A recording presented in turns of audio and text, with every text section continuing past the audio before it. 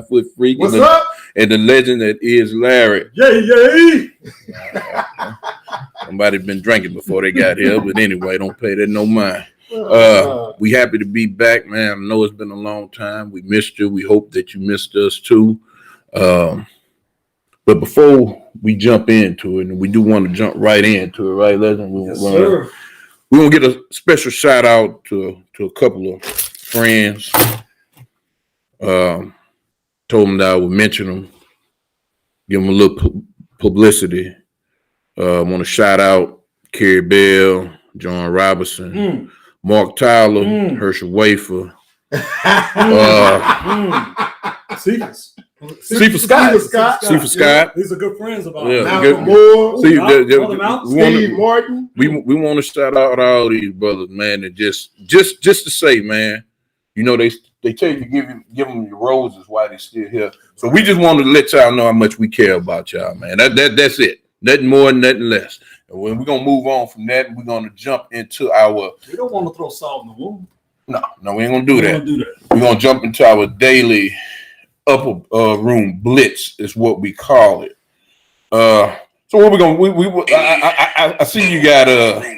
I see you got my boy on there. No doubt. Oh, Dave, huh? Yeah, y'all seen the closer, right? Y'all seen this latest? Yeah. Oh yeah, show? You know I seen it. You ain't seen it that up? No, hey, put that on your list, man. Priority.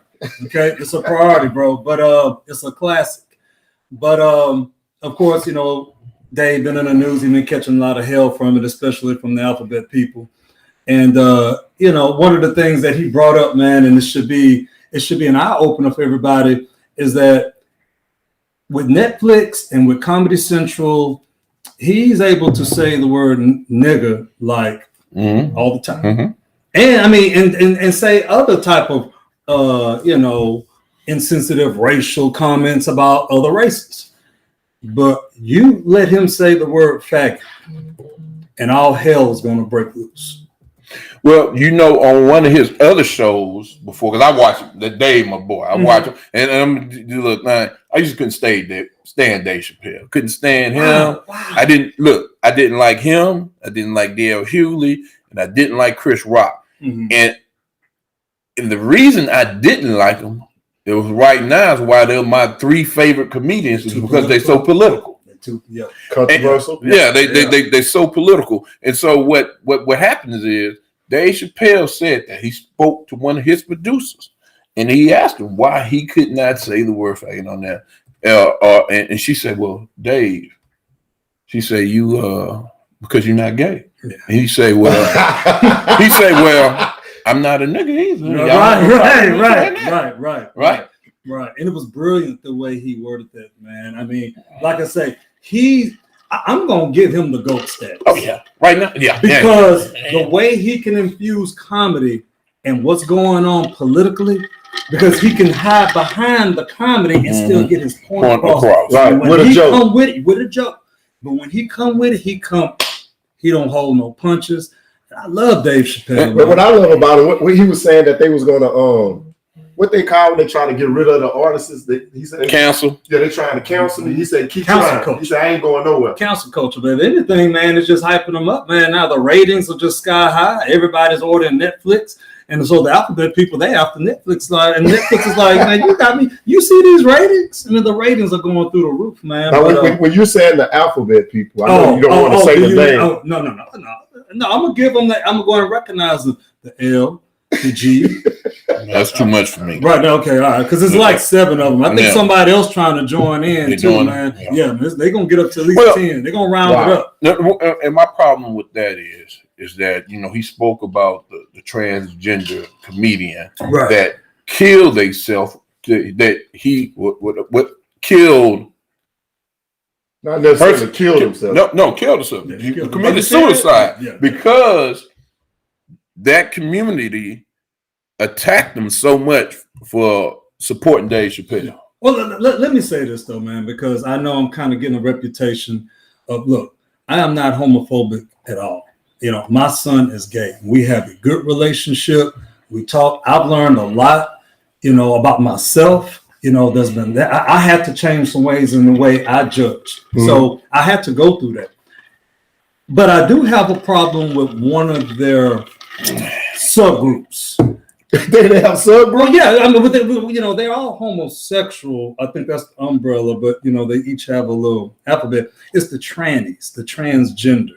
I have a problem with them simply because I need for them to develop some tough skin. You got to understand, man, their situation is kind of hilarious and ridiculous at the same time. And my boy Dave, man, he gave the best analogy, bro. He was like, when you think of the transgender, that's like him identifying himself as a Chinese guy, going around talking and acting Chinese. I mean, that is like one of the most ridiculous things. I mean, and so when you look at it that way, I'm like, yeah, Dave obviously is black, black features, but you go around because in your mind and your heart and whatever's going on with you, you identify as a Chinese guy. And like I said, and all that is on his show, man. I mean, you really need to check it out if you haven't. But I just wanted to bring that up. It's not. I'm just a great supporter of Dave Chappelle, man, and I actually learn a lot. Not only am I laughing, I'm learning. So that was for the record, like the legend said, we don't have anything against gays and anything like that. But I'm actually jealous of their progress. Bro, why you jealous of their progress? They leapfrogged us. Oh, think about it, man. They get more respect than us. We get respect in the street. But when you talk about the courts, you talk about the banks being financing. Hey, man, they have leapfrogged us, bro. They have leapfrogged us, man. So I'm just looking at their progress, and it's kind of like, man, we may want to take notes. Dave said it best, man. Maybe back in slavery, we should have been in booty shorts, and I'm just saying. I'm about to go watch that show. And let me say, going in like that. Let me say this. We're not going in. I'm talking about he going in. Yeah, let me say this. It is by far the least funniest show that I've ever seen him put on, but it's probably the most important show that he's ever put on. Because he's not trying to make you laugh on this. It's informative. But if he said shit like the booty short, he gonna get you with a few. You're gonna end up laughing, but your mindset should go in and you're getting educated. Okay. Yeah. Okay. But at the same time, he gonna hit you. It's gonna make you laugh, man. And then it's crazy how so many people are trying to go against him and counsel him, but Netflix, like, we're not stupid. Oh. Man, please. We're gonna keep supporting you. And then even though he wanted to talk to some of the staff with Netflix, from my understanding, he said he was willing to have a sit down with them, but they didn't want to do that. They want Netflix to cancel him. Yeah. He told him you can't cancel the GOAT. Yeah, he is, bro. I got. Man. Listen, I don't know who started that bull that we can cancel somebody. Yeah. We gonna cancel Dave Chappelle. We gonna cancel R. Kelly. I was jamming R. Kelly just to let y'all know before we came on. Speaking of R. Kelly, can I keep? There you go, because I knew it was I'm ready for this. There you go. No, I'm ready. Oh, do you have one before I go? I'm gonna let you go in because when you gave us what we was going over, because I am a R. Kelly supporter, not of what he's done, but of the music. Okay. Hey, man. Fair weather. Fair weather. I've been seeing them. I give the news. Talking about canceling all. I seen us it, man. being podcasters, hey, I'm supposed to give our audience and our viewers the news. That's all I do. I just post the news. Now, I'm not saying I agree with it. Okay. But I just post the news. But go ahead, legend. Rumor has it that Robert Kelly, is supposed to be working with the FBI. You gonna tell them all? He's supposed to be a snitch. Why you gotta be a snitch? You gonna tell on the rest of them? You think he was on the one? He's gonna be a credible witness. But here's my thing. But here's the point I'm making. For whatever reason, I don't really have a problem with that. And you want to know why? I don't either. Because of the crime that's being committed. My thing is, this is not where you have to abide by the code of the streets. Yeah. These are pedophiles, child molesters, and what have you. But my thing is, this is bigger than R. Kelly.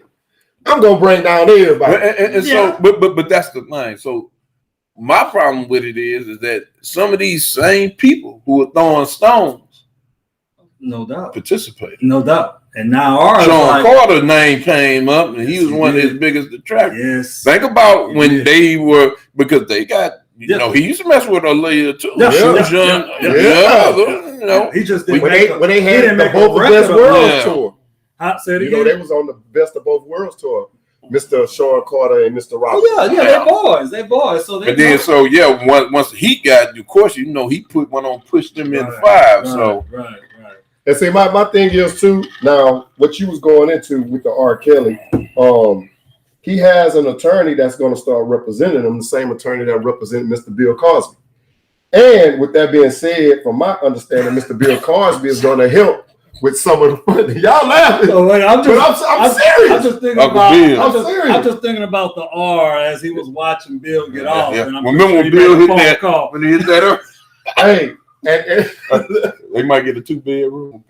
Hey, see now they crack the joke, but I'm serious. Oh man, okay, go ahead, though. This attorney's name, she's a female. Her name, which will work in R. Kelly's defense because she's a female, so she can say, "I understand what females have done at that age or whatever." But her name is Jennifer Bonjean, Bonjean.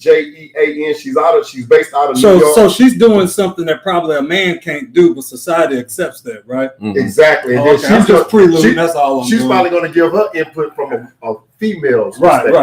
Let me say something about that. And I think that's kind of a double-edged sword. Yeah, she got Bill off, but they didn't want Bill to get off. They didn't. And so I talk about the powers of and so I think about who that was that said when Johnny Cochran got OJ off. He said, I would never let Johnny Cochran represent me. He said, because the next motherfucker Johnny Cochran represent, he gonna give him all OJ time too. Hey, that's about true. You know what I'm saying? So I don't know if but anyway. All right. Anyway, what else we got? I got some more, man. Hold on. I got to check with the freak. We good? No, we good. I'm gonna go up. Yeah. Hold on. Before we go into that, for all the females that was victims under Mr. Robert Kelly, we send our condolences. We're not publicizing the things that he has been convicted of. Right. These are our opinions and how we feel about the situation. Also, but we like the music. But we love the music. And the culture has accepted the music. Yeah. Just us. I seen what they said. Red cap or something. Yeah, exactly. You got to go with Mike and Prince and everybody else. They all got skeletons. Yeah, I don't think Prince was doing it. Why did you? Maybe not. But you got to put Prince with James though. But see, that's where I was finna go now. The culture loved Rick James when he came back. And Rick James Rick James said she was only 17. But then you remember Rick James and them, they kept a woman, they kept her for what? They 2 weeks? For him and his wife. Yeah. Then she's remarrying Eddie Winslow. Y'all seen that? She finna marry Eddie Winslow. That's the dude that looked like Hey, and with that being said, the Savage family, they still trying to get in contact with their daughter, Jocelyn Savage. When she went to court for the assault on her other friend, when they was in New York at R. Kelly's condo, they still haven't been able to get in contact with her. They say she's still under R. Kelly's enablers, and the parents want to get in contact with her because since then, she lost her grandfather and her grandmother to cancer. And she didn't attend none of the films. So R. Kelly has a condo in New York. Not anymore. Oh, let's go. Now I wish that I had the money because I would purchase it. It's probably gonna be worth Renting out as Airbnb. Do you know how many people want to go there? And that's just like going to the Rick James suite. And the fact that it's on Kelly, right? It's gonna it's like going to Rick James suite. It's an y'all think as far as business. Yeah, something like that would attract. Exactly. All kinds of freaks. All walks of life. Why y'all? Because you that's your money. That's your money. That's what But anyway. Go ahead. Which one we got next? You trying to get out? Well, where that book at?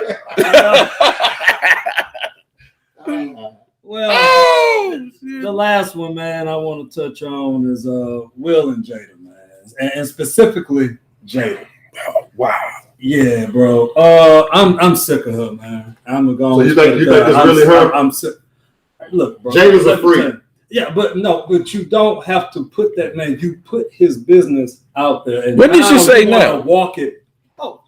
About how something about she's not getting satisfied in the bed. Sexually, yep. Did she say that? Oh, yeah, but she tried to walk it back. You can't walk that back.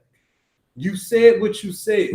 And to me, dude, look, we all know Will and Jada, they like swingers. They got an open relationship. They do their thing. They say he has what is called a harem, a harem. Whatever, man. I don't think that it's no bigger slap in the face to a man than saying something like that. Yeah, bro.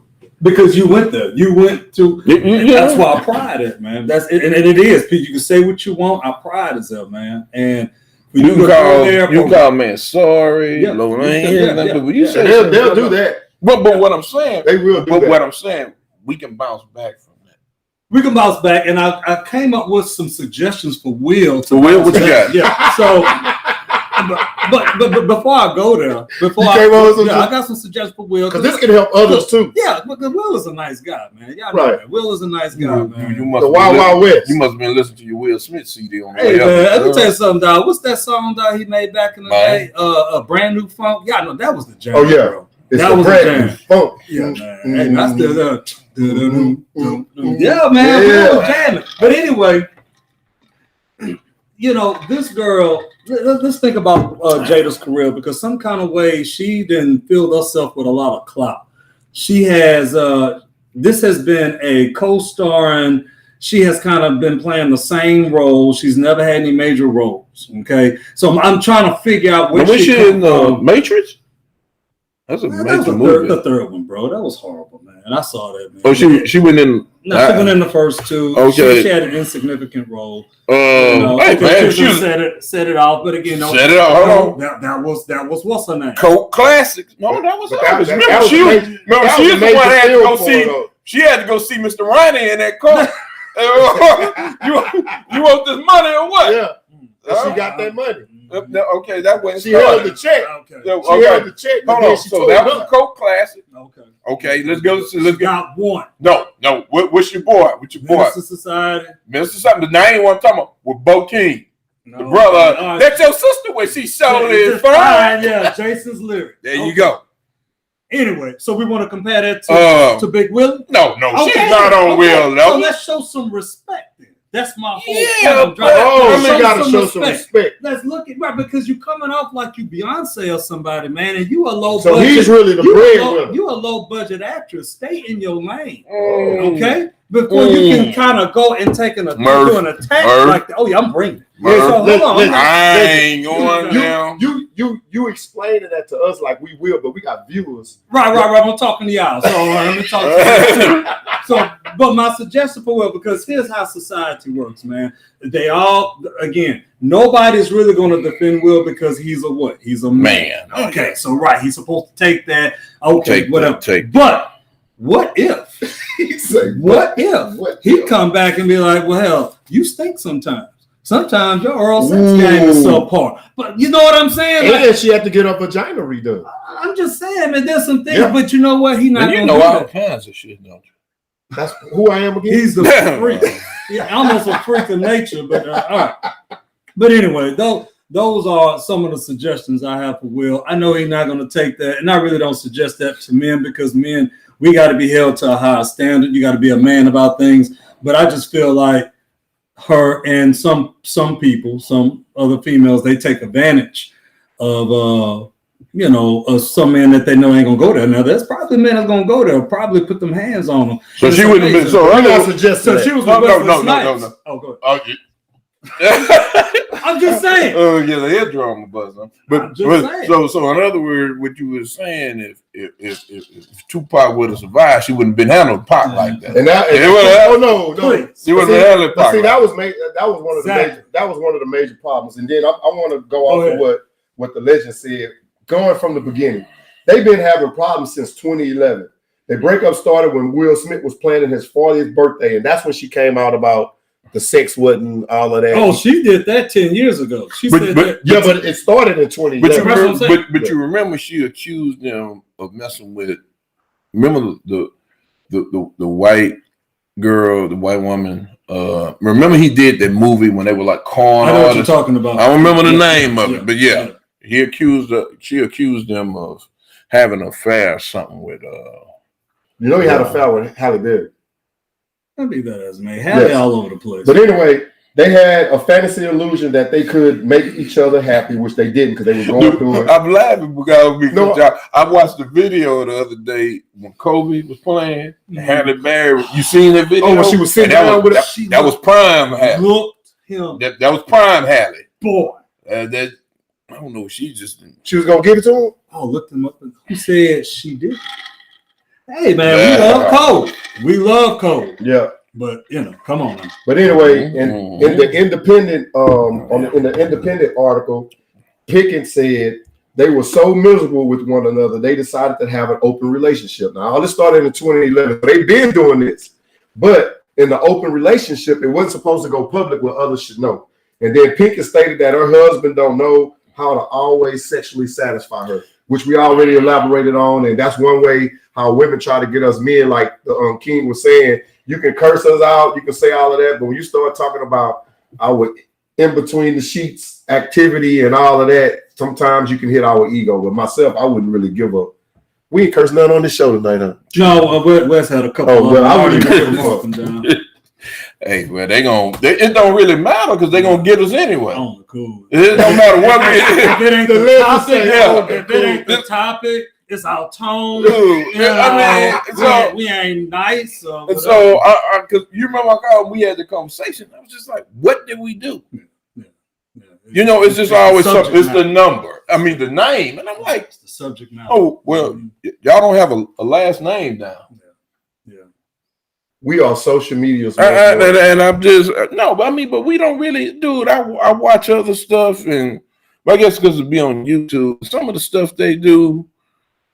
I mean, we don't curse to get ratings. Other podcast shows do that to get ratings. Yeah, we just curse because we don't know what to say. That's what they said. Man, curse when you don't have words to say. Is that what it is? I don't think so. But we are going live on Instagram, YouTube, as well as on Facebook. If y'all listening to us on the Stationhead App Radio, the Upper Room, you can also see us visually if you go to Facebook Live or YouTube.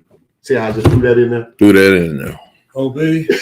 You are the man, and you are the ultimate fact checker, dude. I am never going to challenge you, dog, with your stats. No, when you give me the information, I gotta look it up. Right, you got it, bro. You got it. But look here, fellas. That's all I got for that's what you got? Man. Well, No. You got one more? Oh, what you got? We got the Travis. We gotta talk about the Travis Scott situation that happened in Houston, Texas, at the old Astroworld grounds. And before we go into that, they said it was 8 individuals that have lost their lives. I don't have all 8 names, but I'm gonna give you 5 of the individuals when I researched. Our condolences from the Upper Room goes out to them families and to their lost ones and their loved ones. Number 1 was Franco Patino. If I said that name wrong, I apologize. He was 21 years old from Naperville, Illinois. He was a student at the University of Dayton.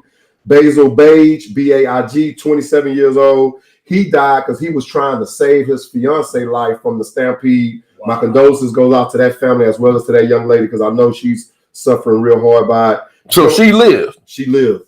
I'm thinking he covered her up. I'm gonna leave that alone. I'm thinking go ahead. No, I'm thinking he covered her up when they were so relevant. Go ahead. John Hilgert, Hilgrt. He was a 14-year-old kid, went to Memorial High School, was an up-and-coming baseball player, lost his life.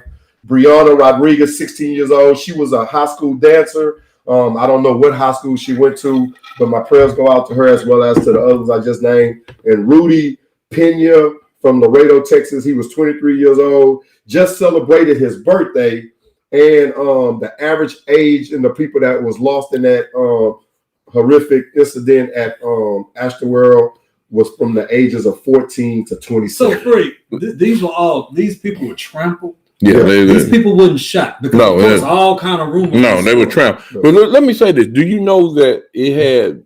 You remember the big? Was it an earthquake in Mexico or whatever it had? If I'm not mistaken, I don't want to. One of the survivors got killed in that. I think it was from the earthquake. Oh, wow, Yeah. man. Wow. So you survive something, A natural Tragic, disaster. and then die And you from getting trampled by some idiots. And then allegedly, they said it was an individual going around sticking people with needles and stuff like that. You know, So now the allegedly, that's conspiracy true. theory comes up. That's true. Was this planned? Because a police officer, he was They got stabbed in the neck. and they've been told that didn't hit national news, bro. Now, this is my thing. My prayers go out to Travis Scott too as well. Here, this individual that's from Houston came back to his hometown to try to host the event.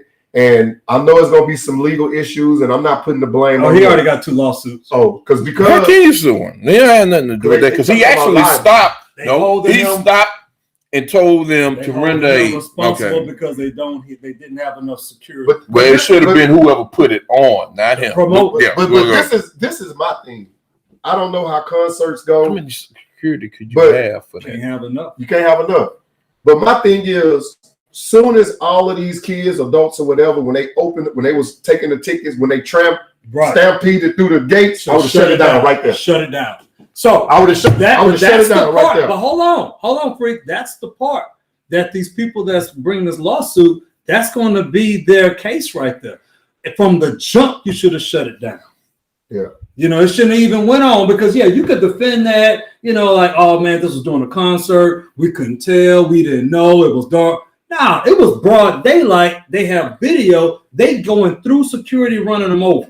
It should have been shut down there. And they got a video. There's a lady and a man yelling at the cameraman. They climbed the ladder. Somebody has died. Stop the show. And he kept brushing them off. But the thing is he wrong? I don't know. But was he wrong? Because his job is to broadcast and the film was going on. And I thought about the same. But my thing is, did he go through training for that? But no. But you got to put yourself in his shoes. This is his job. And then I don't know if this is an irate. Exactly. Or somebody just playing around or point. And I can't be messing up on this camera thing. And I get fired by Travis Scott because, hey, man, somebody said somebody died. I understand his situation. Get fired by who? Travis Scott. Yeah, but he got a job to do. Exactly. So he's doing his job. Hey, well, let me say this. I can't even believe it that we actually made it. You scheduled that 30 minutes. Just to give props what props to do. Legend does all the scheduling. The time. He's very particular about it, that we stay on point with it. He normally schedules the guests, but I think you scheduled the guests this time. I did this time, and hopefully we'll have them to come on and. We had one time you scheduled though, and it was. No, my guests came on. They came on. We talk about that after. We're not gonna praise us without coming back to balance it out. No, and I'm not going to allow the king to give the legend all this goddamn props and praise. He's never on time to the studio. All right. So feel the hater rate. But with that said, we're gonna go in the break. We'll be back in 5 minutes. Mm-hmm. We'll be back in 5 with the show with our first guest. Y'all stay tuned.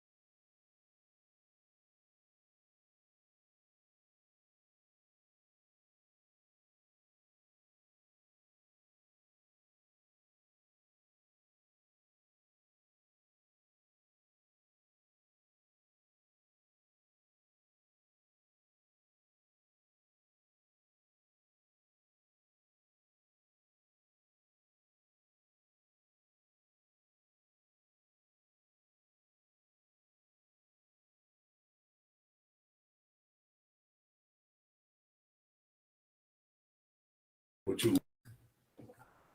All right. We are back live in the upper room. And as you can see, our topic. We are back live. Sorry, boss.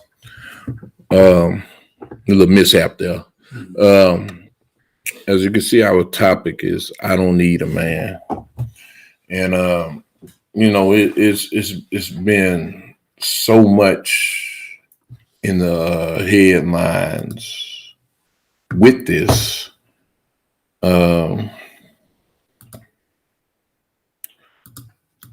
That so much in the headlines with this about women not needing a man, men not being important to the family. So we want to touch upon it with us being, three men, families, whether that family includes a wife and children or just children, it's still family. So how, and I'm gonna ask each one of you, and I want your honest opinion. Yes, don't hold it back. Don't hold it back. How important? I'm gonna start with Zeke. Mm-hmm. I'm gonna come back to you. Mm-hmm. How important do you feel that you are to your family?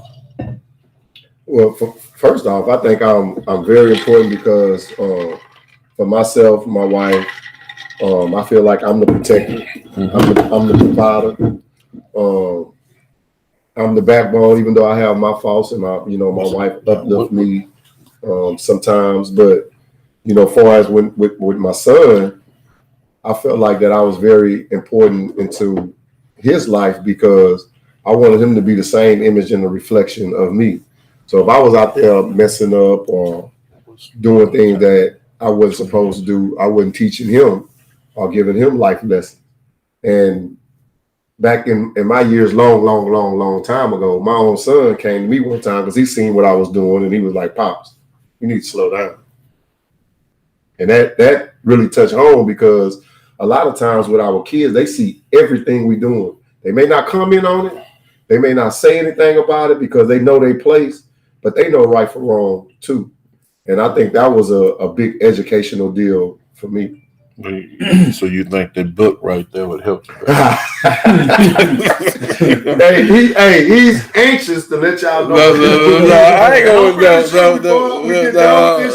ain't gonna say that about the book, man. But the book is relevant. He gonna promote I ain't gonna promote it. If the book is relevant, listen. Let me hear how important you are to your family.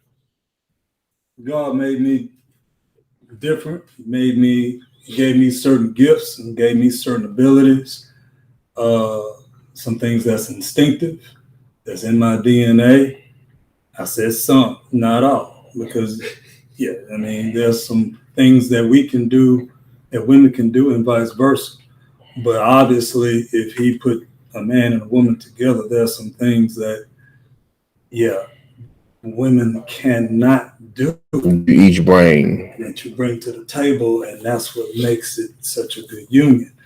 I have some qualities about myself that can't be duplicated by most women. You got some that's gonna take some testosterone and do all that crazy stuff. But what I'm saying, my point is this: is that I'm very valuable. I'm the MVP of the family. I'm the backbone. I'm the security guy, and I'm the guy in the background. I ain't gonna get all the pub, and I ain't gonna be the headliner. Do you get the big piece of chicken, like Chris Rock said? Sometimes. My daddy do. Yeah, because it's changed now. We going like this. Okay. And then with me, I'm the straw that stirs the. Okay. What it is. I ain't gonna go in and do it. No, I would never take away from Miss West what she does, but But just, you know, a conversation that was had recently, and you know what I was saying was, understand the weight that's on me. Mm-hmm. You see what I'm saying? If we don't have a roof over our head, if we don't eat, that's on me. If my sons are out there knocking people in the head, where was his daddy? Mm-hmm. You know, if my dad, they don't say the mama. No, if my daughter end up on the pole, like Chris Rock said, where was her daddy? you know, daddy issues or whatever it may be. So you look at all of that, and I look at that. I have to take care of my house. I have to, you know, if something breaks, you know, you fixing it. Yeah. Or if I can't, I got to get it. I was laughing the other day because my wife said she was looking at something. She was messing with it when it started. She was looking at when it started saying unscrewing this, and she was like, "Oh, that's it." And then not only that, I had to take care of mom. You know, I got to make sure. So the first, then I'm over there building fences and changing out sinks and everything. You know, because you know my mama, she showed things. So when I'm off work, I work for her. Yeah, I ain't saying that because she might be on it, but sometimes I even let her know what I'm out because I need you to come over here and do this and do that, and that's just what it is. And do we get to come home and complain about our day? Do you get to come? Do we? Is that a manly thing in this society to do? To come home every day? No, I think and talk about all the things that we have done. I think our society placed that we're not supposed to, because I do. Mm-hmm. When I come home, my wife asks me about how was your day, and vice versa, I ask her about how was her day and stuff like that. But men, we think we're not supposed to do that. And I don't know who's, like how you said earlier, who started that? Like the cancellations. Who started that you can't come home and express yourself? Yeah.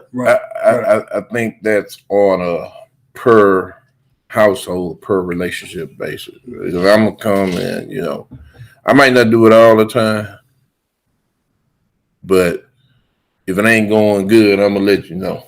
Well, I'm gonna go on and say that, like you said, those are individual cases, really based on who you're with. You know, obviously your wife, both your wives are a lot more understanding. But when I'm talking about what I'm going to talk about tonight, and I'm just putting this out there that this is general. This ain't every woman, but for the most part, men usually keep that quiet because there's an expectation of you having to take care of that without you being able to express, hey man, I'm having a bad day. Well, that's society. That's society. That's society. And I can't just put that, you can't just put that on women, that right there, because that's society. That's how we was raised. Exactly. You better not cry. You better not, dude. And I was guilty. My sons grew up. I would watch them when they were little, could barely, you know, walk, run into a wall. Hit that wall, they look at me, I look at them, and they knew you better not. That's right. That's right. And you know, they be 1 year old, that's right, 2 years old. But you're instilling that into them right there and there. My daughter is 8 years old now. The other day she slipped and fell, but she came up and jumped out. I mean, you know, and it's a difference. Yeah. It's a difference. So we're part of that problem, if you want to call it a problem. Because we accept it. Yeah. We accept it. We don't fight it. Because you looked upon a certain way. If you fight that, if you fight that perception and you go on record, say, man, I need to be able to express my feelings, man. This ain't right, blah, blah, blah. Society will get a hold to you, even though you do have that right. As an individual, as a person, as a man, yeah, I'm a man, and I'm a man about mine, but I should be able to express that. But you know, back then, if you did that, you was a sister. Exactly. But even still today, though, that ain't changed. Yeah, it's kind of a little harder to say that now, but you know, you might think it. You'll come under all types. Yeah, of things. You might think it, but exactly. you know, and it is what it is. Too much, man. Yeah, you're complaining. You know, there you go. You know, toughen up. There you go. You know, suck that up. You know, and that not only does that come from women, that actually comes from men too. You know, we actually put that pressure on each other, man. Exactly. You know, you know, it's rare to find a friend that if you find a really good friend, bro, that you can express and talk about some deep things, man, you found something golden. And you can't do that with every brother. Can't do it with everybody. So, you know, and you know, you have conversations and with each other, like you say, and I think that's where true brotherhood is forged. It's forged through the fire that, you know, you typically go through some of the same things, right? You know, you and I have had some conversations. You know, I mean, deep down, you know, hey, look, there's this, yeah. You and I have had some conversations, and so, you know, I would never ever say that, you know, well, yeah, I am kind of perfect, but you know, but you ain't saying it to grade. No, we may make jokes about it. But this is the thing, you know. Back in the day, I had someone tell me, and it's blew my mind. They told me I was a terrible boyfriend, but I was a great father. Golly. I was terrible. That's been my whole life. I was a terrible boyfriend, but I was a great father. My whole life. So I said, what can I do? What things can I take from here to incorporate, you know, from this side to over here? And it's still a work in progress. I'm quite sure now you ask her, she should be like, you know, one day, it was funny. I asked her to rate me as a mate. And it was like, I said 1 through 10, rate me. And she gave me like a 6. No, she gave me like an 8 or 9. And I was like, really? You don't see that. You know, it surprised me. It surprised me. But I think because all them other females will cut you up, bro. Well, you know, but you see growth. You have to see growth, and you have to grow as a man, and so I think to grow as a mate for me, and this is my particular situation, I had to scale back some as a father. Understand what I'm saying? I was so protective of my children. Should be. Yeah. Jalen, 27 years old. He called me and tell me something. I'm getting my car, I'm loading up, and I'm finna go. You know, but especially so, just imagine how it was with my daughter.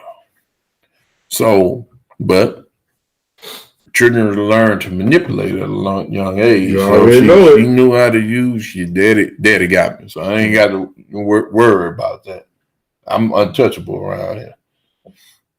So that was something I had to learn, whereas I can't intervene on that.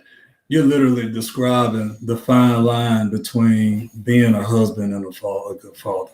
You're literally describing the situation that all men, not a lot of men, face on when do I put, you're supposed to put your wife first. That's biblical. Okay, fine. We got that. But my God, that's my child. My child can't defend. They can't do certain things. Now, obviously, when they get to a certain age, yeah, you at an age of accountability, take care of your business. But even when they're young, there are times where I struggle. I struggle with, do I support my wife on this, or do I roll with my kids because I feel like my kids not getting this, they're hurting this and that.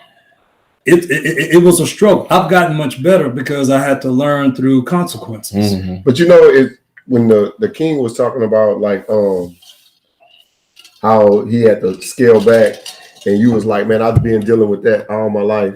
Something you told me over 15, 18 years ago that you never know what a man going through unless you talk to him. Yeah. When we had that little incident on 61st. No, what he was saying was he's been labeled since the beginning of him dating.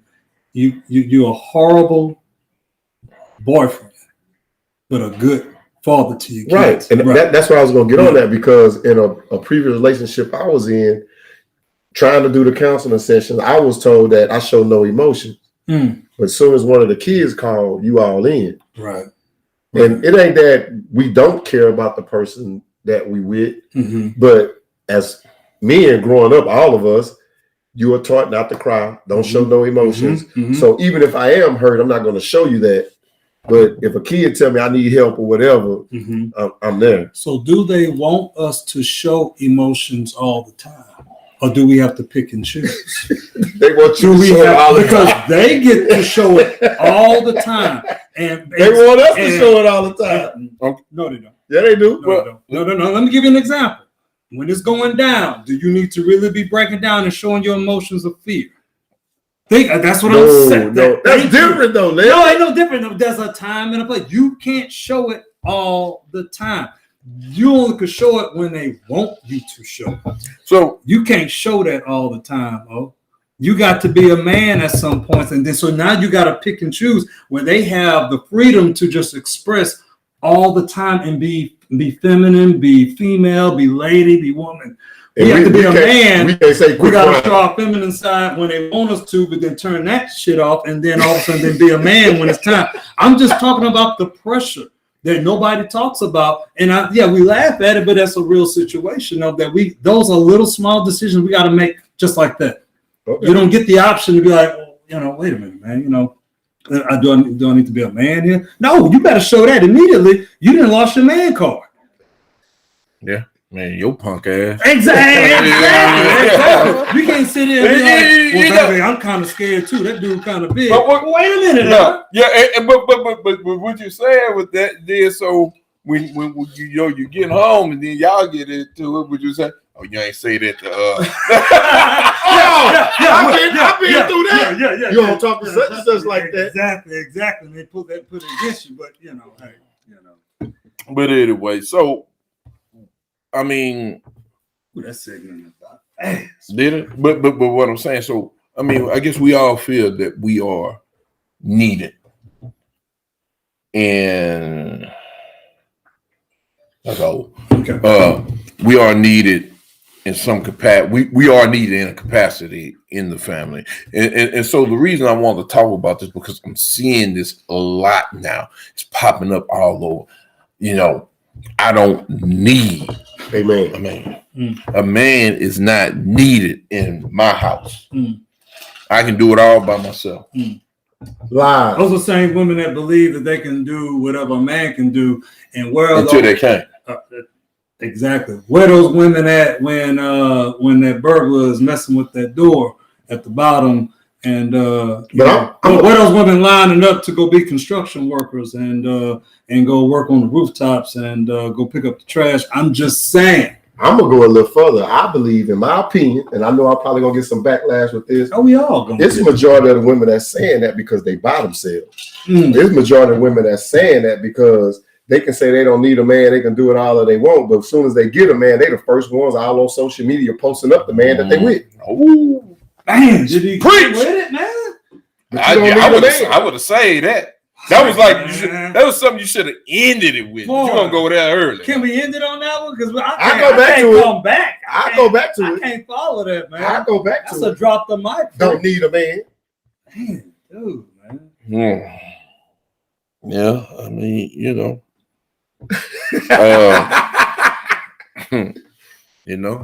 don't know. Maybe the toys and stuff doing. I don't know. They doing the job. I don't know. Hey, bro.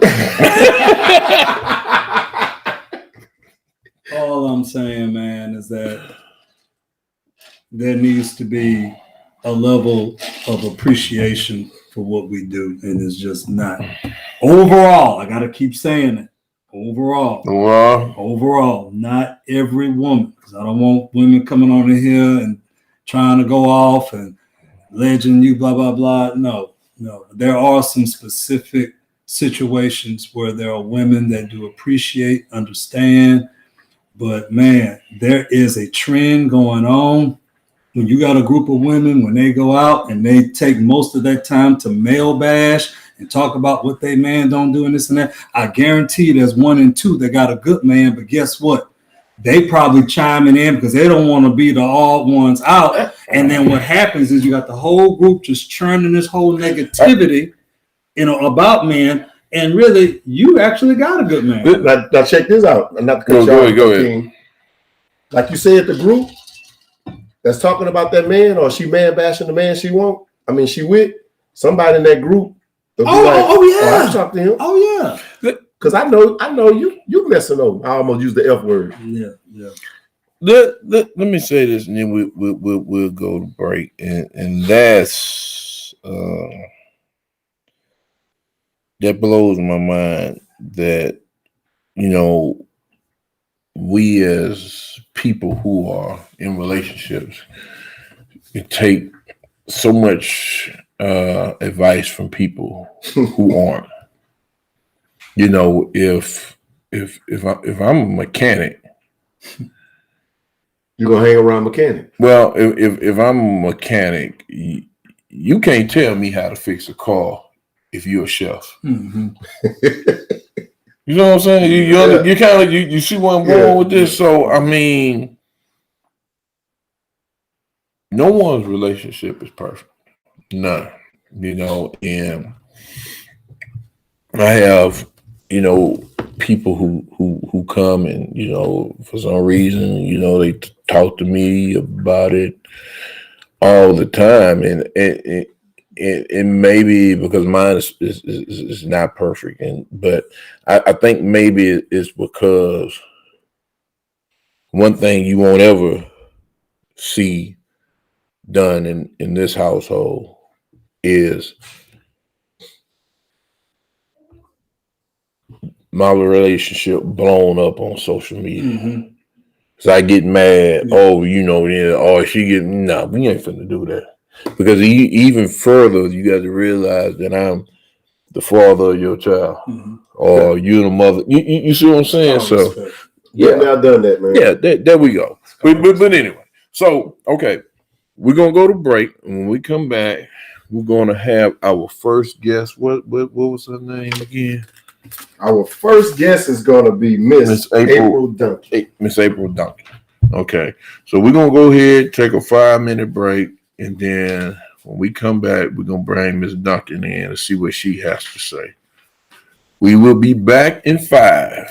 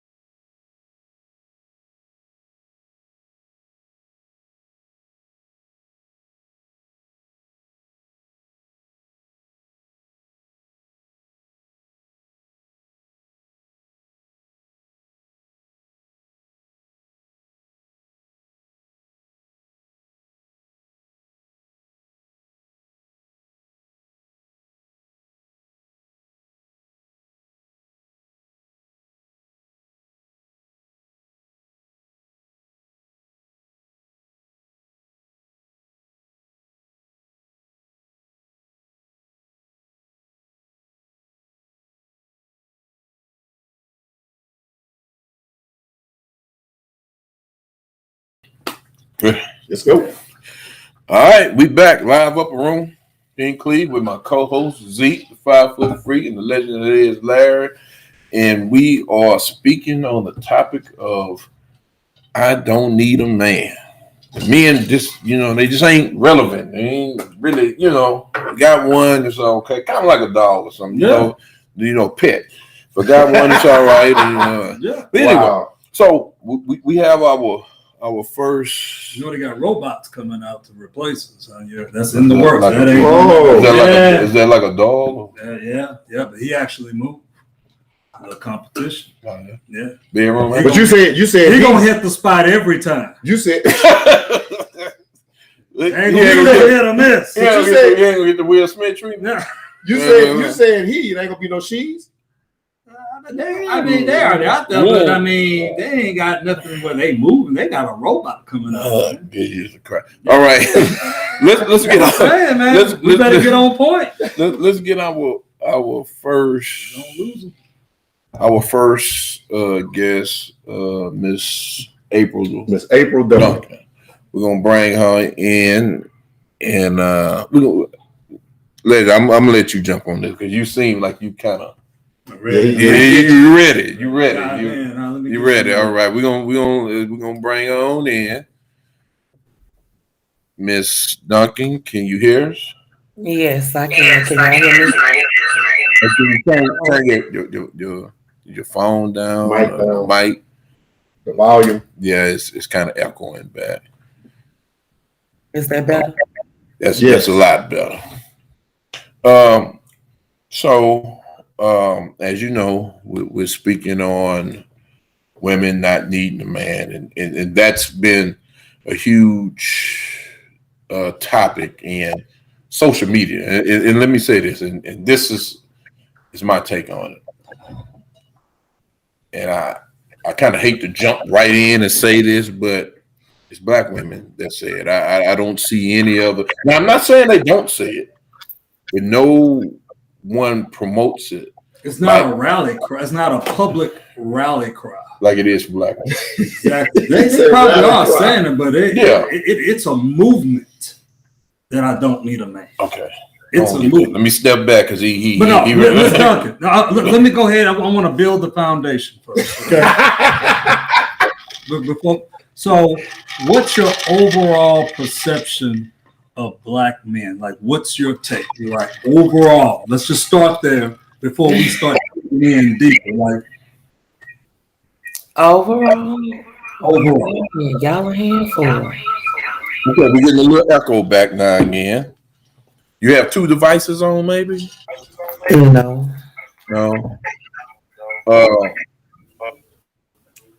So you think that it's just black men or a handful of men in general?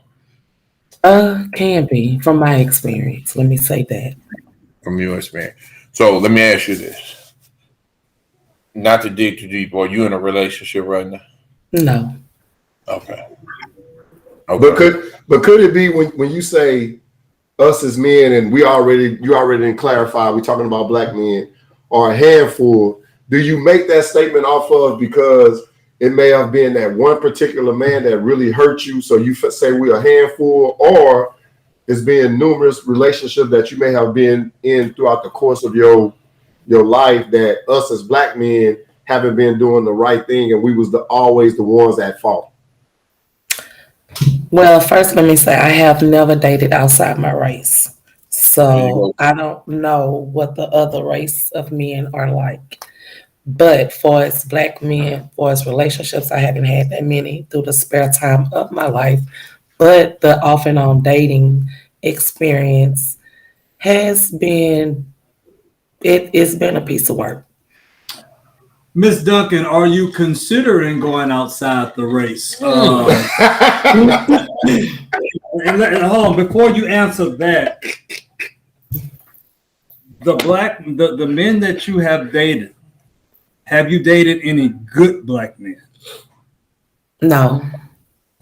Damn. And so we need to put a gunshot. Just some type of special effect. Yeah, special effect. So you have not dated, so you offer right now. And so your criteria.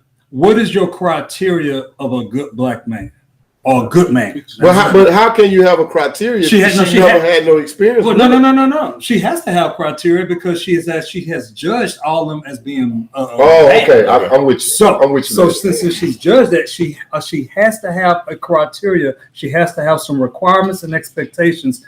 Can you enlighten us with those expectations, Ms. Duncan? Yes. For one, honestly, like someone that can be open, honest, and knows how to be the man that a woman actually needs versus wants. Because to me, a want and a need is totally different. Okay, but when let's say, okay, you want a man to help what you said, to know what you want? Need. Now, when you dating this individual, do you sit down and have this conversation with him? Because a lot of times anyone can't assume that a man know what a woman needs or whatever the case may be. So you have to have that communication aspect. Yes, and I'm an open communicator, and I do meet some people that don't like to have open communications. It's That's like true. They want to speak about the basic at the forefront, but they don't want to dig deep, and I don't mind digging deep, because if we cannot dig deep, it don't have to be all the time, but if we can't go deep sometimes in conversation, we can't really move forward.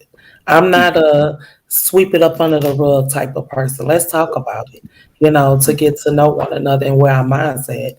But when it comes to some men, black men, I don't know. I don't know how to really look at it because sometimes the conversation just stay in one spot and it don't move forward. Let me ask you this. You now. You say you haven't had let's say a good string of luck with the whole dating with the black man because you never dated out your. Do you think? And I say this all the time, and I love doing this. Like if I have a female friend or a cousin or whatever, do you ever think that? Not so much what you attract, but what you accept. I've noticed that a lot of women, because that man may not come in the package, he ain't 6'3", he ain't 220 pounds with 5% body. Six figures. You gotta be 6 figures. So no, we don't want to. You know what I'm saying? Mm-hmm. He got to wear a suit and tie. But what about the brothers that work for the city? They clean the ditches. There you go. But that'll treat you like it ain't nothing else in the world. But a lot of times, you kind of push them to the side. Have you ever thought? Now, I'm not saying that that's you, but have you ever looked at it like that? I look at it like that all the time. Oh yeah. Because I want to do the type of work I do. Is it still considered good enough to date a black man because of the type of women of today that, some men, they expect or they want.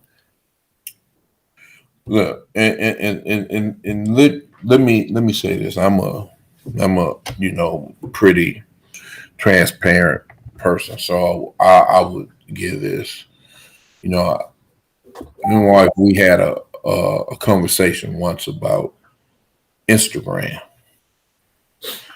And what you look at and you see on there. Mm-hmm. And don't get me wrong, I'm a man. It's nice to look at, but that's not what I'm looking for. That's not what I want. Right. I have what I want. Right. You know what I'm saying? And so why, to me, as a man, I don't want no one who's not going to bring something to the table. Mm-hmm. I'm not saying you got to do it. If I make $500,000 you got to make fun. No, that's not what I'm saying. But bring something that's sitting there looking pretty with a big butt or whatever. You know, we just gonna keep it real. Right. So because that's not gonna last. Right. Right. It ain't. I mean, that's not gonna last. And I'm gonna tell you, the butt ain't gonna last, or the that might like that. Well, that can last in the breast because they get it in hands. Yeah, you know, but I read something that Denzel said his dad told him. He said, when you get ready to choose a mate, I seen you perk up when you saying Denzel. But you know, he said, when you get ready to choose a mate, understand this, that her looks aren't going to raise your children. So let me reverse that. And you know, because the first thing that when you go out and you go out with your girls, y'all go to brunch, and I'm not saying, I'm just using an example. I'm not saying you go to brunch or happy hour. The first thing you do when you see a guy, the first thing that you see is how he look, right? How he dress. Correct? So now, with that being said, does that go through your mind? Yeah, he may look the part, but can he play the part?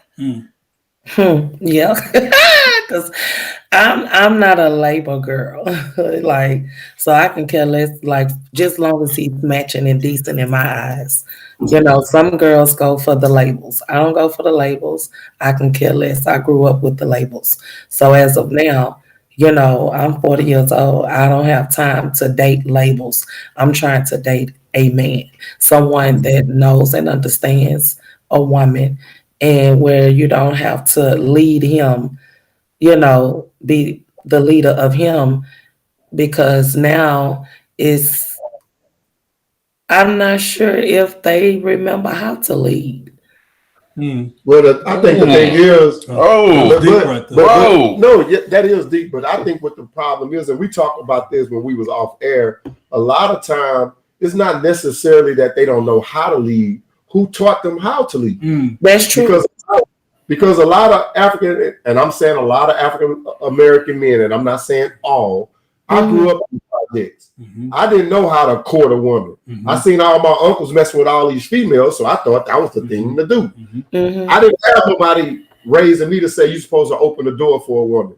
If I would have opened the door for a woman when we was in high school around these two, oh, you weak. Right. What the hell you doing? Right. So nobody thinking opening the doors or pulling a chair behind a woman is a cool thing. So a lot of times, as we do now, you have to teach that now, because men are not getting taught that. And then when you have an older man who he feels like he's a man, you are still a boy. So here's the problem. Here's the problem with what you're saying. I agree with you. And that's the history of it. That's the systemic issue. We can go all the way back to slavery with all that. We always talk about why black men are the way they are. Black women ain't trying to hear that no more. That's the issue. But the thing is, you have to hear it. No. You have to hear it because but they're not. But see, that's the thing. So their thing is, how long do we continue to give you that pass based on that history? But they have to. They're tired of it. The legend, they have to. Okay, I'm gonna use me for an example. Right. I understand that. I thought when we was in high school, I used to dress fly. Right. Y'all laugh because y'all be like, OB. No. But you couldn't dress. No, you didn't. But guess what? My wife teaching me how to dress. I'm 49 years old. Right. Do you think I take shame for that? Because I know I'll be fly every time I go somewhere. Right. But see, sometimes they have to teach too. You know what, babe? Teach me how to open it. Why you don't open the door? But what I'm saying is, you were talking about the systemic on how society. I was just looking at it from the female perspective on how, they do understand that, but when do they draw the line and be like, enough is enough of? But it can't be enough if they don't know. If the man don't know, when do you just go ahead and come through? Let me take it a step further, Ms. Duncan, and kind of reverse and put some of this back on you. And when I say you, I mean women, because I'm talking to you right now. As some women don't wait for you to open up doors. They're so used to opening right around. Right. And I get on mine all the time. And the feminists killed it. Well, I ain't gonna go out They there. did. The feminists killed it, man. But this dude here go out there. This dude is an idiot. But you understand what I'm saying? I just think about and I really I can't speak for you, but have you ever been on a date and you're leaving a restaurant or a movie or whatever, and you walking first, right? How many times you would just go ahead and push open that door and walk on out? A few times. Hey, my wife will stand at that damn door and wait. You know, mine don't, but my daughter will. But see, because you already caught enough for that. But and so. But have you conditioned your wife in a way that she knows that that's not what Cleveland West does? But I mean, you know, so she don't have that expectation. Well, at the same time, she's not about to divorce you over that. There's an understanding of that. And I know that's an extreme point you're making, but you know what I'm saying? There's an understanding. At the same time, and I know this is a small thing, but West don't open doors for his wife. No. Just to stay with me where I'm going with this. He don't open doors for his wife. There are some women who take that and blow that out of proportion. Now, I'm exaggerating the point, but let's look at all the things that West does. How come we don't go to the other side? Why we focus on the few things? That's the way the society is built up, legend. They'll find that one bad, and I ain't saying that's a bad thing, but they'll find that one thing and say, oh, he don't do this and don't do this. But they don't know that he's a provider. So they don't know that West, the legend tried to take, the king tried to take care of everybody. He's going to be straight up with you. He's straightforward. A lot of shit that he have to tell you, you don't want to hear because he's going to be straight up. So, Miss Duncan, hold on. Miss Duncan. Yeah. Are you still okay? Why do you think other races of women, okay, we're talking about other races, Hispanics, Caucasian, everybody, okay, why do you think they don't bash their men publicly? I ain't saying that they don't. Exactly. It goes down behind closed doors. That's a level of respect that they have. How come our black women are doing it to the black men? Why do you think they don't do it? Because probably most likely was how they was raised. If they was in a household with two adults, majority of the time the parents are gonna have a discussion in a room, not in front of the kids, and that becomes a generational thing. But for African Americans, a lot of us, not all of us, but we're used to that because we grew up in seeing some type of altercations or hearing, verbal abuse, or even hearing our parents in a single home, just when they on the phone, the way they say things, about their children to their family member, friends, or whomever. So my opinion, I think other races, because they grew up differently in a home, even if they grew up in a single parent home, the parents still, a lot of things probably did happen in other races, violence and stuff. I don't deny that, but also for the most part, they tried their best to keep things of that nature away from the children. Mm-hmm. So, we just didn't care. We didn't give a fuck. A lot of times when you deal with that, you hear women bash men, fathers, to their children. He ain't this, he don't do this, he ain't coming to get this, that, and other, right? And so I think that a lot of it stems from that. That's what we're taught from a young age. Now, one thing I can, and my mother's not perfect. We butt heads along a lot. One thing that I can say without contradiction, I have never ever said my mom say anything negative about my father. And that's the only thing she ever said that was remotely, she told me that I was going down the same path. And that was more towards me. But it was more towards me. Yeah, because I lost my dad. I was like 10, 11 years old. He got killed. So I mean that's what that was. But she never ever bad mouthed him around. And that's not to say that she probably didn't to a sister or a friend. And, you know, I'm just saying. Right. I agree with you because my children, I have 3, and I have they 21, today 19, one 17, and all of their lives I never spoke bad. They grew up and found out on their own what it was. Now again, to my friends or whoever, I'm gonna talk big cash. Yeah. But why? But hold on. But let me say that. But sometimes some of that isn't warranted, and you know, people.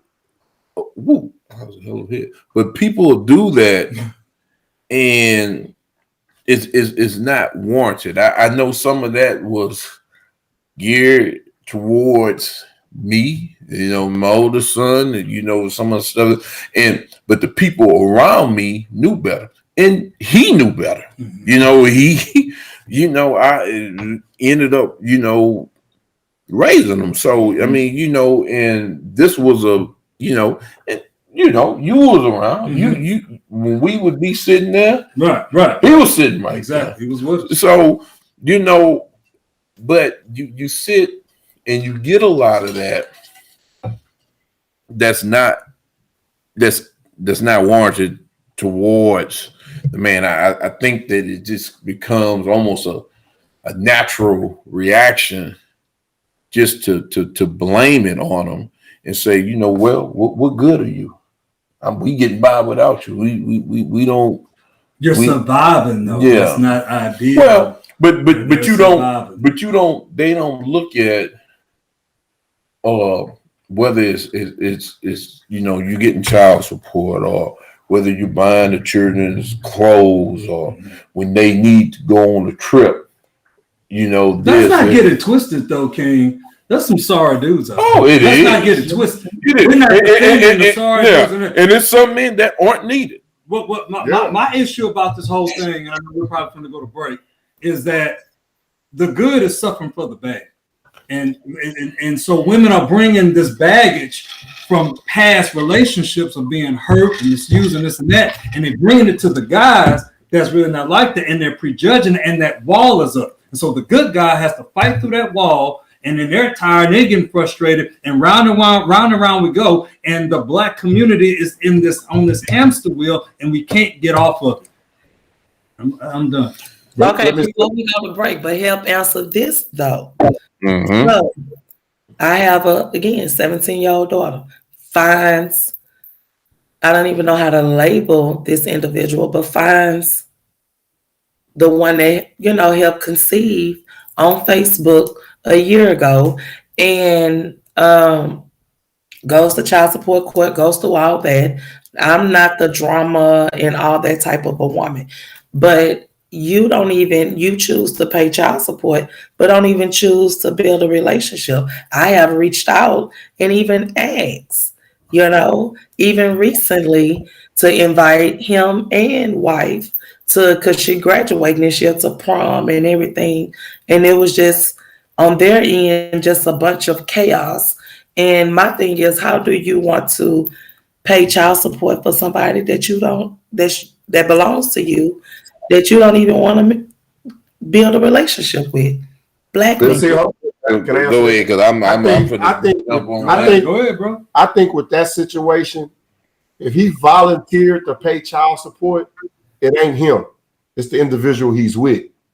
So he's trying to salvage not messing up a relationship with somebody he with to give up on his daughter. Now, I don't know if that's necessarily true, because if I was a sorry ASS dude like him, I'm trying to avoid the child support. But he voluntarily went to go file. No, I was searching. I found him. I filed 16 years later. Never had nothing to do with her. And I'm coming to the point of now, you know, let's not with me, but with her. She's at that age. And you choose not to. And, you know, I think the wife is the one paying the child support, though. Well, it doesn't matter who's paying, it's getting paid. If she the stupid one, I ain't No, gonna say she's stupid. No. I apologize. Stupid. I ain't gonna say she's stupid. Uncle Room apologize. No, because I don't even do that with her. She wants to get into that on that level. I don't, I give it to God and let him do whatever. And again, I don't mean to call her stupid. If she wanted to be the one responsible to pay the child support, pay the child support. But my thing is, if he's trying not to develop that relationship with his child, that's on him. What I'm gonna say is, and what I'm gonna suggest, don't push the issue, because it's gonna come a point in time he's gonna regret that he never established that relationship with his child. Well, let me say this. I don't think that any man or woman worth their salt will let, because for one, first and foremost, I'm not going to even be in a relationship with somebody who's going to try to. Why would you want to be in a relationship with someone who ain't with their child? Because Okay. it's the same thing. It can be the same thing, right? So now I will say this: I've seen some situations where women can push away a man from having. I'm not saying that's you, but I'm just saying push a man away from having a relationship. They can hinder that. They can keep them. It happens all the time, because since you don't want to do what I want you to do and how I want it to done, keep your away. And it goes on all the time. It goes on way more than what we like to talk about. Manipulation and control. There you go. Yep. But so what we're gonna do, Ms. Duncan, what we're gonna do, we're going to Bro, we may have to have a part 2. Yeah. Because I can tell Ms. Duncan, she's itching to get a lot more out, but we're out of time. Let me ask y'all this. We do have another guest on. Yeah. I'm just saying. But we can bring the other guests on. Can we bring both of them back on? Well, what we're going to try to do. That's going to take away from the other guests. No. What we're going to try to do, that's why I was going to say, we'll try to bring them both back on at the end. We're going to push this show to at least 9:30. We're going to try to get them both. If you have time, we're going to try to get both of y'all back in the end, because, I kind of, and I'm not saying, but I know the viewers probably looking, they ganging up. No, we ain't ganging up. So we have both of y'all back on. I got a lot more to say too. Okay, for the brothers, right? That's right. For the brothers. So, Ms. Duncan, with that being said, we're gonna go ahead and go to break. We're gonna get our other guests back on, and if you have time, stick around. Once we're done with her, when we come back, we'll bring both of y'all on for 5-10 minutes before we wrap it up, and that way, she has some help. You have a little. I ain't want to put it like that, but because we're gonna always give our view from a man's perspective. That's what we are. That's right. That's right. And, you understand what I'm saying. So it is. I always tell people, don't think that we're attacking you or attacking women, or I want I love. It's two sides to the coin. Yeah, there you go. There you go. No, it is a double-sided coin, though. Oh wow! So with that being said, we're going to go to break, and if you're available 20 minutes from now, we're going to bring you back on with our other guests, and we'll wrap this thing up. That's fine with me. All right, we thank you, and we really appreciate you being on the show. Thank you. I appreciate y'all. Thank y'all. We on.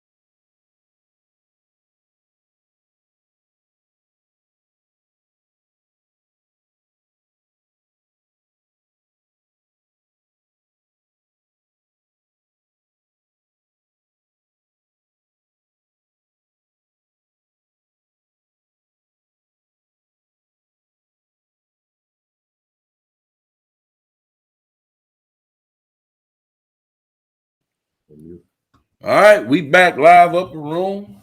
King Cleve with Zeke the 5 foot freak. That be me. The legend that is Larry. Man, I don't need a man. That's what they say. Don't say now. Yeah. We've been saying we've been being a little biased and ain't been leveled out. So we got our guests. Now we got our second guest here, Miss Lucretia Nelson. Now we pronounced that name wrong. Don't charge it to us.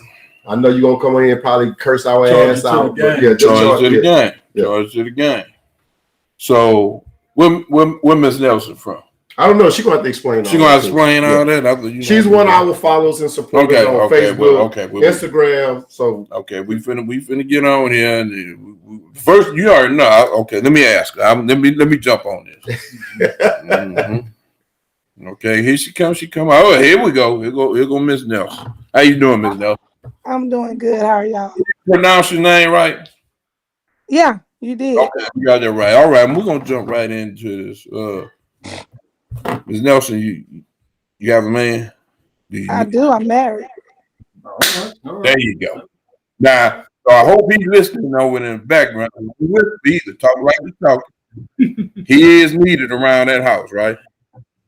Okay, hold on for 1 second. Let me see. I got too much going on. Okay, so you say what now? I say he is needed around that household, right? Of course, very much needed. There we go. So how long have you been married? June 2nd will be 4 years. Okay. How many years? 4. 40. Oh, I thought you said 40. Hey, Okay. no, not 40. It'd be 4 years. Okay. Well, we sending you blessings for 40. Oh, well, thank you. Thank you. Thank you. I appreciate you. We need all them blessings. There you go. Yeah. So let me ask you this. Growing up, did you want to get married? Well, you say growing up? Growing up, you kind of see, as a little girl, I'm white picket fence, the dog, 2 children, is that what I want? And that, now my next question is it what you thought it would be? Go ahead. I thought she was going to go in on you, but you cut off. Well, first of all, when I was younger, I didn't think about that. You didn't think about that? No, I didn't think about that until I got kind of older in my 20s. Mm-hmm. Because I came from a single mother home. My mom was a single mom, raised 6 girls. So I'm the oldest out of 6 girls. And I seen my mom kind of go through a lot with men's in my past, being the oldest.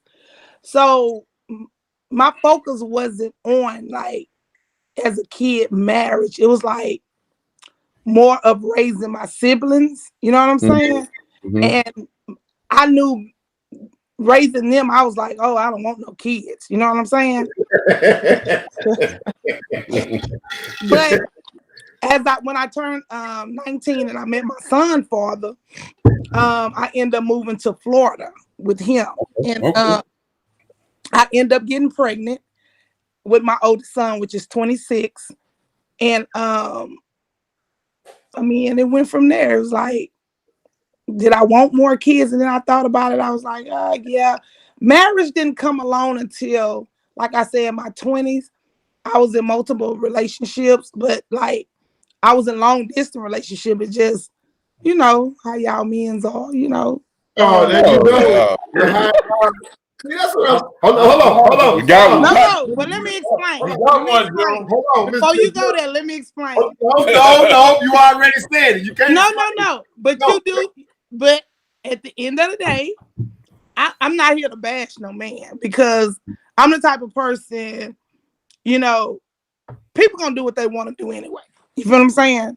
Mm-hmm. And I always say, excuse my French, the baddest bitches get fucked over. You get what I'm saying?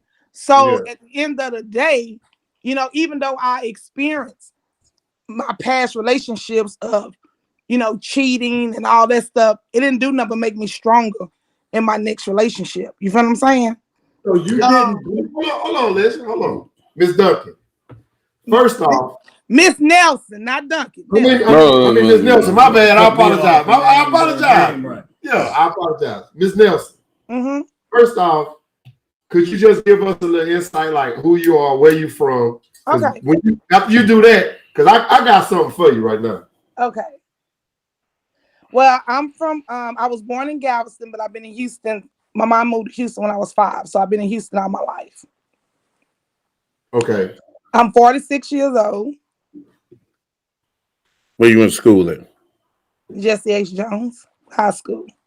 What the hell is that at? Jones. Well, we just kicked that. Yeah, we used to kick y'all ass. But go ahead. But anyway, now are we talking about this topic of school? No, we trying to. But you threw that out there, so we had to elaborate on that. You didn't have to say y'all kicked our butt, but okay, I get it. No, we kicked y'all ass. We didn't Where say you butt. was? Jack Gates? Where y'all was? Words and what? Which what?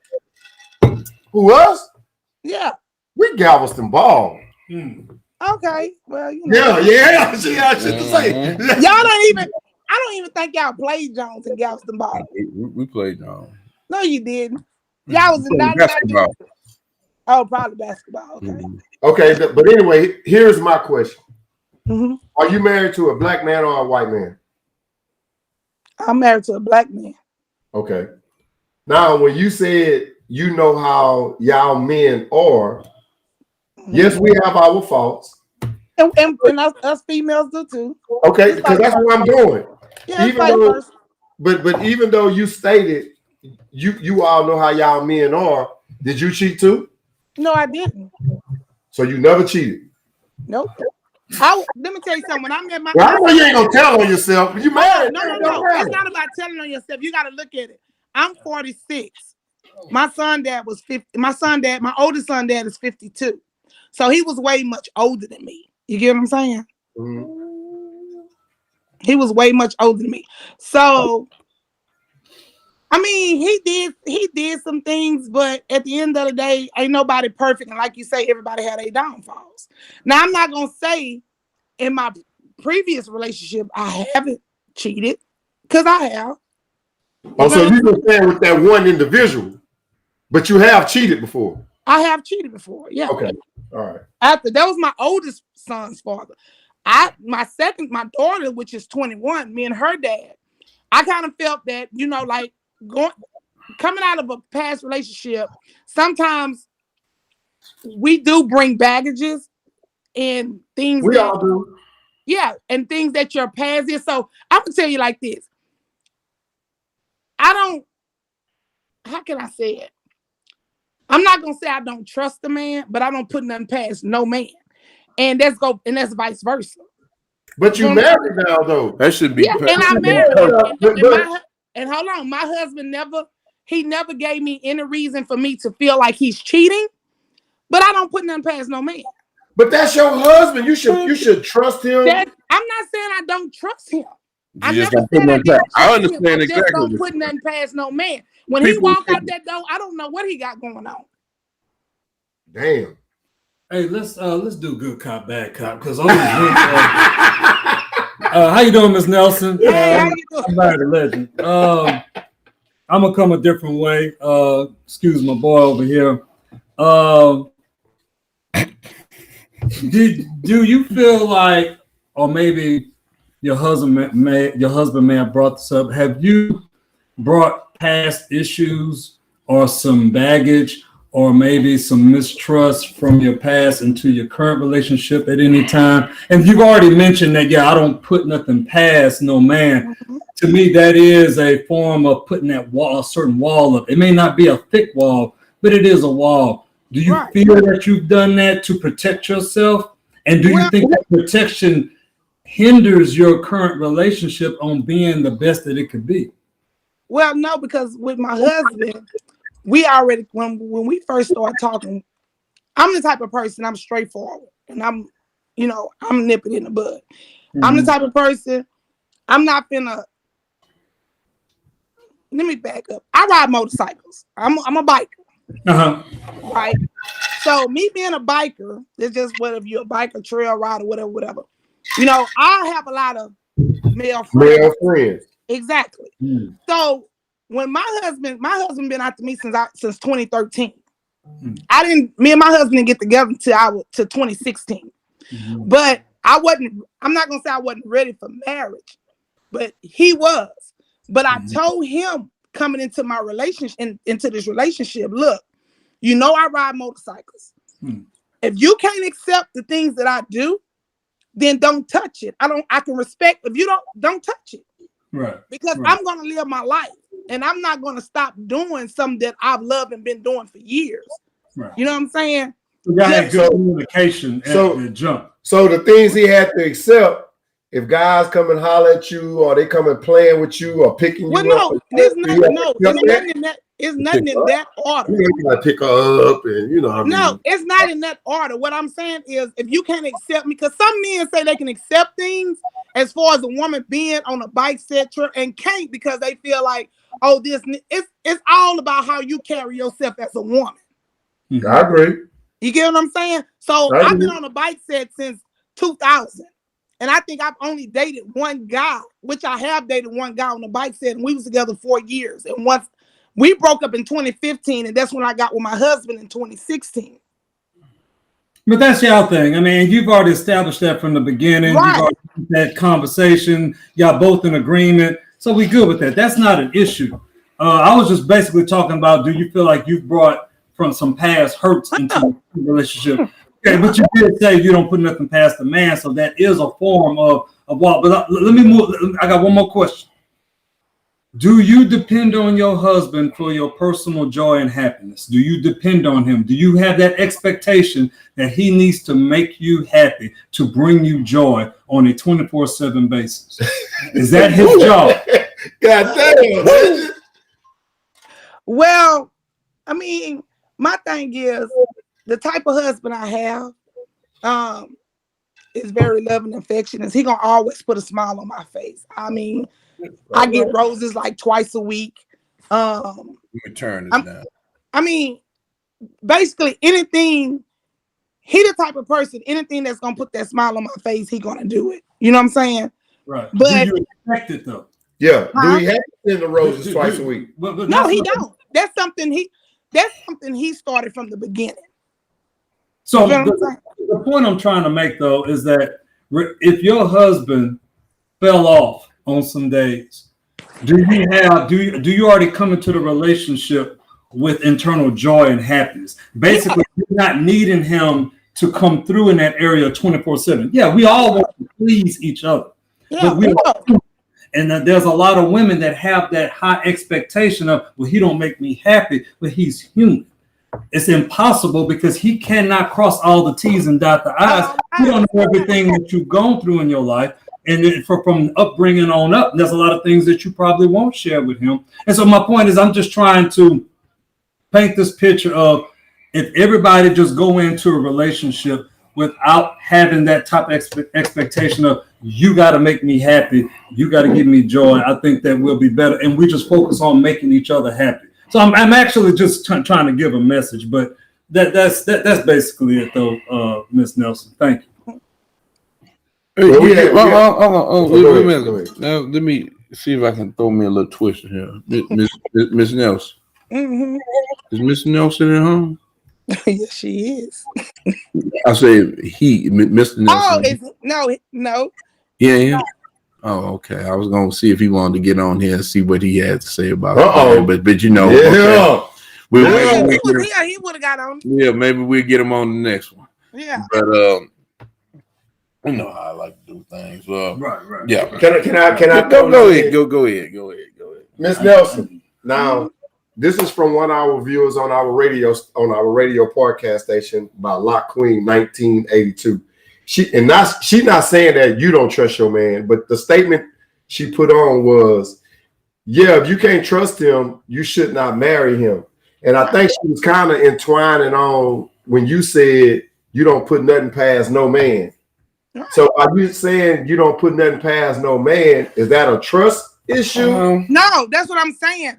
it's not. I'm not saying that I don't trust my husband. My husband never gave me a reason not to trust him. You feel what I'm saying?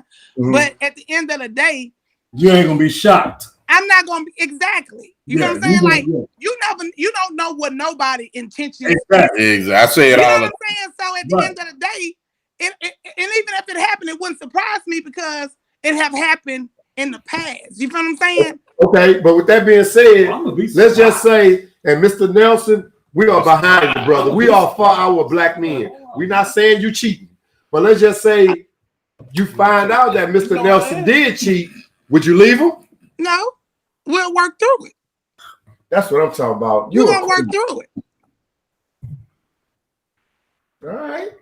That's all I had to say. I can't say that else. At the end of the day, everybody. But my thing is this: at the end of the day, nobody's perfect. Everybody had their downfalls. You know what I'm saying? So you who am I to judge? You feel what I'm saying? A woman can be doing everything at the house for their husband, their man, or whatever. But if that man chooses to do what he want to do, he gonna do it. And that's just vice versa with a woman. Miss Nelson, would you be singing that song if you didn't have a man right now? I sure will. Okay, good. Let me tell you something. I was in relationships 4, 5, 6 years with niggas that I wasn't married to and gave them plenty of See, now you're getting a sense because you use that N word. We're gonna say ninja. Well, ninja. There you go. But look, I have another question for you. And the King have brought this up with our last viewer. Let's just say the female friends that you hang around, do they have a lot of things to say negatively about the person they with or about their friends who they with an individual? Do you comment on that, or do you say, well, you ain't in a relationship to say anything about somebody that's in a relationship? You mean, okay, so I don't hang around too many females with my biker sisters, and it's like we have a strong sisterhood, so a lot of us are married. And it's I want to say maybe 2 or 3 might not be married, but to each his own. However they live their life, that's their business. But I mean, if they come to us for advice or that, because they can't give me none because they're not married. Preach! Wow. Yeah. You giving her another fist bump? Wow. That's what I just said. You can't give me no advice because you're not married. You ain't been through. I mean, now if you was married, maybe we can have a conversation, and we probably can give some advice to each other, or you might be married a little longer than me that can give me, something that probably can help me. But if you ain't married, and you can't keep a man yourself, what can you tell me? Whoa. Hey, Miss Nelson. A lot of people, they're gonna defriend you on Facebook. They don't want to be your friend. That's fine. Let me ask you this. Do you find a lot of times it is the single women that's trying to give people in relationships advice, and it's because they probably being hurt? So if I'm single, I want you to be single. And I do agree. You do have some women that do that.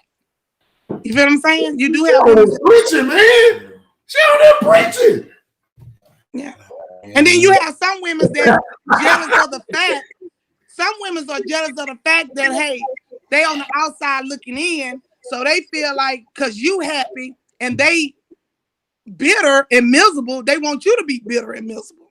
Trying to find something on their man. Girl, I heard he was out with the legend at, I don't know, no strip clubs at Hooters.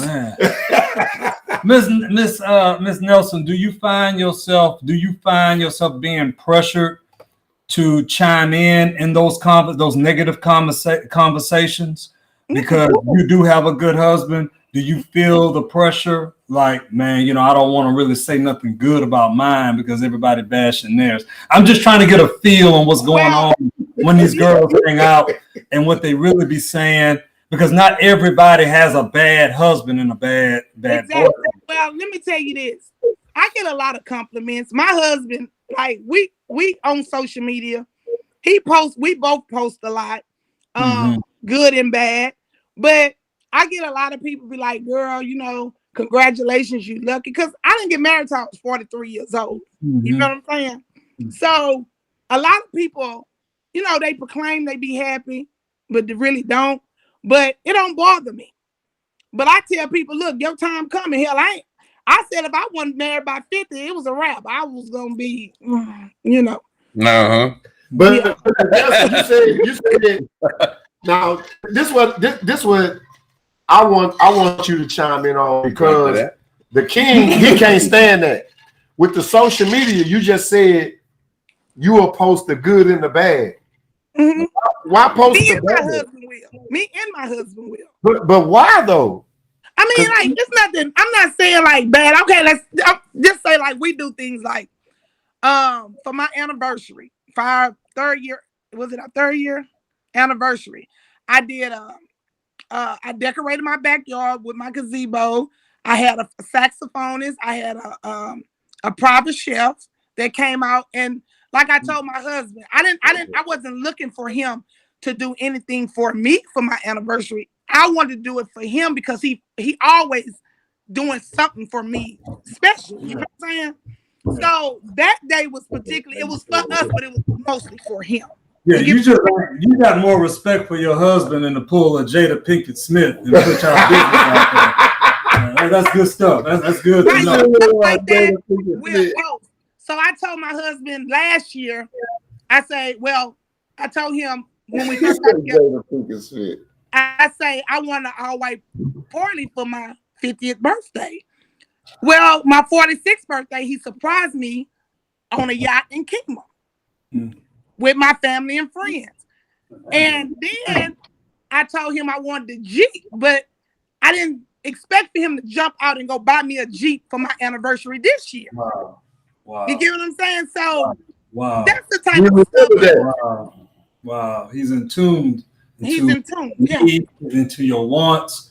Y'all probably have a good emotional connection. You've already showed that y'all conversate, y'all have good communication because y'all established some things from the beginning. Hey, man. I know he ain't perfect either, but you understand that. You see? Mm-hmm. Yeah. That's good stuff.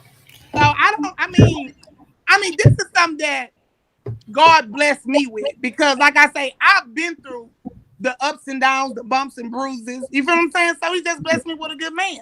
Yeah. And what my past, going through situations in my past with my kids' fathers and everything, didn't do nothing but make me stronger. And I don't bring my baggages with my husband I have today. You know, I'm not gonna say our relationship just perfect. We have our little, arguments or whatever. But we can come together and communicate and make laugh about the shit. I hear you. He leave the toilet seat up there. Do he leave the toilet seat up? No, he was saying that he leaves the toilet seat up as in he make mistakes. Like he leave it up instead of putting it down. Yeah. I mean, you don't judge him for that. No. Yeah, you ain't finna trade him in. Yeah. He ain't going nowhere. Hell no. Well, Ms. Nelson, we really appreciate you taking time out of your day. Yeah, because I got to be to work at 4:30. I got to be up at 4:30. Yeah, well, we already over our time allotment. Okay. Yeah, we already over our time allotment. So, what we're gonna do? We're gonna go to a quick break. Like Ledger said, we might have to do a part 2, and get them back on here. But what I would like to do is possibly get some women from some other ethnicities. You see what I'm saying? I would like to get, some Latinos, maybe Caucasian, whatever we can do, and get on and hear their perspectives too. And because I really want to know why they don't bash they men. The $1 million question. Yeah. Even though we know they bash them, but now they don't do it. I got some insight on that. So when we come back from, we'll talk about it. Yeah, when we come back from the break. But again, we appreciate it. When we get back to part 2, we're gonna do.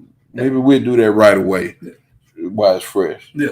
And well, let me ask y'all. Let me say this. let me come on early because I get up at 4:30 in the morning for work. Man, you don't like me. I get up at 2:45, so I know I'm to be asleep by this time. I was waiting at 7. I ain't know. 4:45 or 30. I'm already at work. Well, we definitely gonna bring you back. We appreciate it. That's what's up. Right, and I again, appreciate y'all for having me. We'll give you. We will check up with you. Maybe we can get Mr. Nelson on, give his point of view. Uh-oh. And see. Oh yeah, most definitely. Woman, though. That ain't gonna be much. He ain't gonna go. She's a good woman. Yeah. We need somebody that's. You want some more, you know? You want some Jerry Springer shit? Exactly. Ain't gonna be no drama with them. Yeah. All right, Mr. Nelson. We appreciate it. All right, I appreciate y'all for having me. All right. Uh-huh.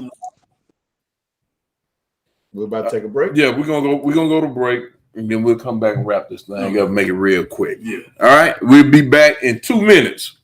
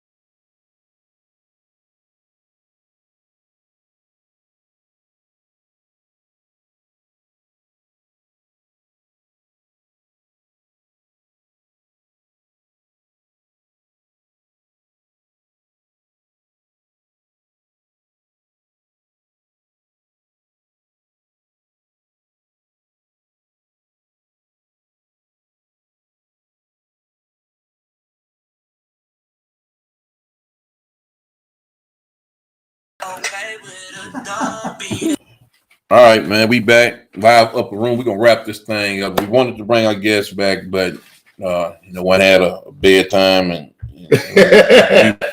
we also went over what we, what the legend allotted us for I guess we kind of got a little excited first show in a while. So, but we wanted to come back, and we had actually two different perspectives on